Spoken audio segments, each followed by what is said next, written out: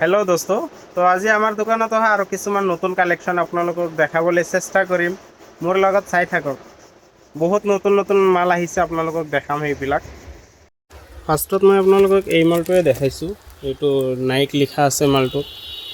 Originally নহয়, নহ'লেও মানে ভাল কোৱালিটিৰ মাল হয়। এনেকুৱা বেলেগ বেলেগ লিখা থাকে। এইটোত আকৌ স্কাই বিগাৰ লিখা আছে, এনেকুৱা বেলেগ বেলেগ লিখা থাকে। এইটো এটা নাইকৰ কালাৰ হয়।